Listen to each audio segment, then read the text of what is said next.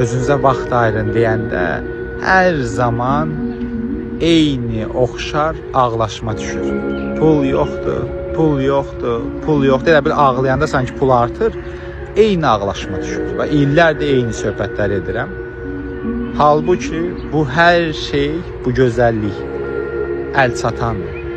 Bir termosda bir çay dəmləmək, bir evdən kofe götürmək, evdən dürmək, lavaş, arasına bir pendir çəkmək, toyuq dilimlər etmək və gəlib saatlarla bu gözəllikdə həm göz dincəlir, həm bədən dincəlir, həm baş dincəlir.